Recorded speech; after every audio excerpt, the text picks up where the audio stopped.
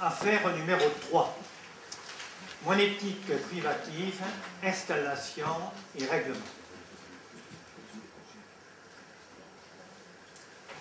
La commune souhaite recentrer sa logique informatique sur le service à l'usager en proposant d'abord des services administratifs interactifs et personnalisés sur Internet, à lieu et place des déplacements en mairie.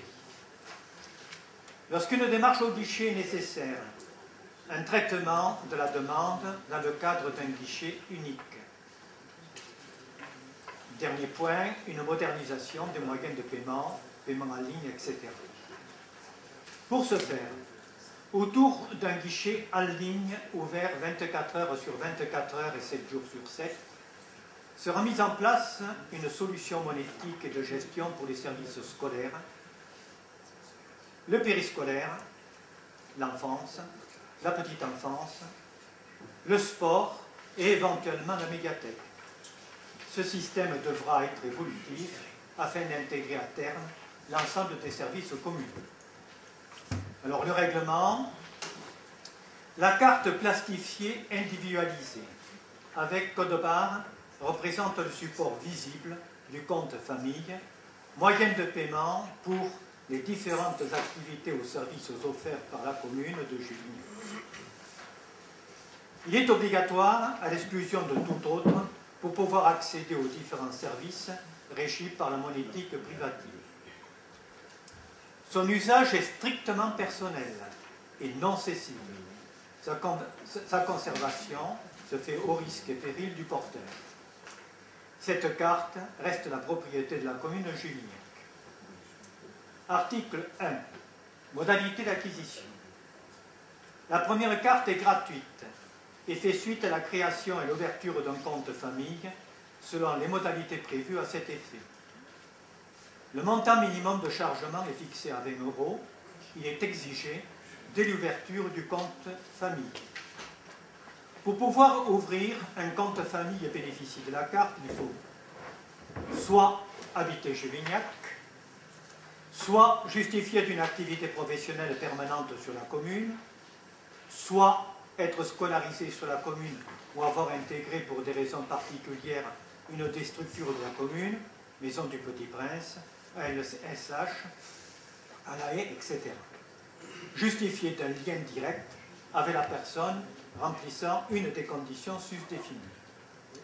Des frais de dossier de 15 € par compte famille seront prélevés lors de l'ouverture de celui-ci. Ils sont valables pour la durée de vie du compte famille hors incident. Article 2. Utilisation.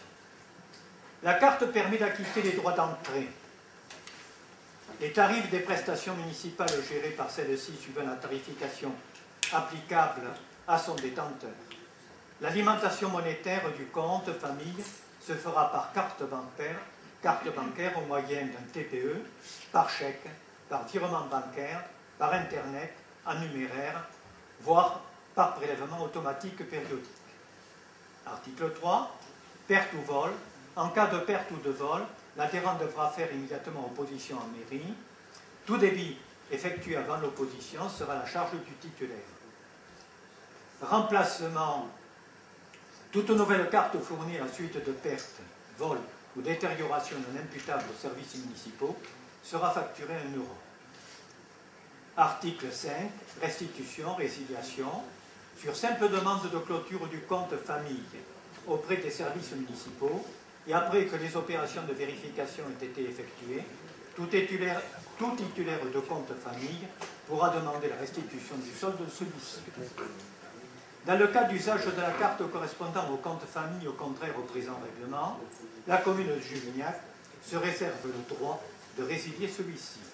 Le solde sera restitué au titulaire suivant les modalités définies ci-dessus.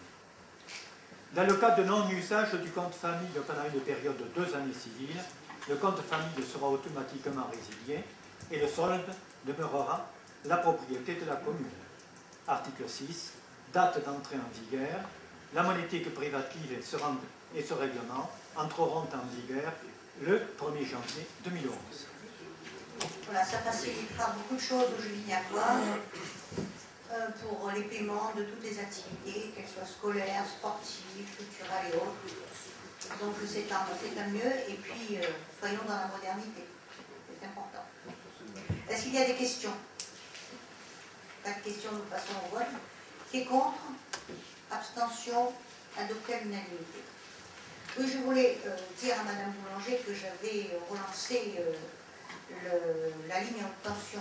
Je ne lâche pas un dossier, donc j'ai relancé. Et on m'a dit que maintenant, ça allait déboucher sur une nouvelle gestion au niveau des transports d'électricité, du service transport d'électricité.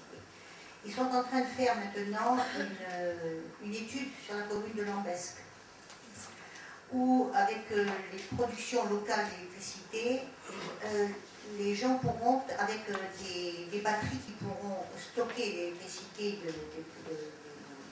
disons, des productions locales, des villes, et puis bien entendu avec un raccord au réseau électrique général, ça permettra de vivre en autarcie si possible pour les communes, sans être obligé de faire de grands travaux pour les transports énormes d'électricité, avec une grosse déperdition pour le DF d'ailleurs. Tandis que là, s'ils vivent en autarcie, entre guillemets, parce qu'ils seront, quand il y aura l'hiver, il y aura moins de soleil et autres, ils seront obligés de rajouter un peu d'électricité. Ça permettra, si vous voulez, même pour l'EDF, d'économiser sur les pertes d'énergie qui sont dues à ces transports aériens par ce qui est fait au-dessus de chez vous, et surtout une forte tension de 400 000 volts à Nossa. Voilà, vous, c'est 62 000 volts, 63 000 volts que vous avez au-dessus de votre tête. Là-bas, c'est presque 400 000. Donc, ils sont en train de faire un essai à Lambesc, c'est pas loin d'Aix-en-Provence. Et si, disons, l'étude se révèle bien efficace, et ils vont lancer ces opérations un peu dans toute la France, et en particulier dans le Midi où il y a beaucoup de soleil. Donc, ils sont en pleine réflexion et de restructuration peut-être des réseaux à ces niveaux-là, ce qui nous donnerait un certain espoir. Voilà. Bien, Monsieur Housset. Alors, on a voté, hein. J'ai omis de dire que toutes les questions que je rapporte ont été examinées en commission de finances.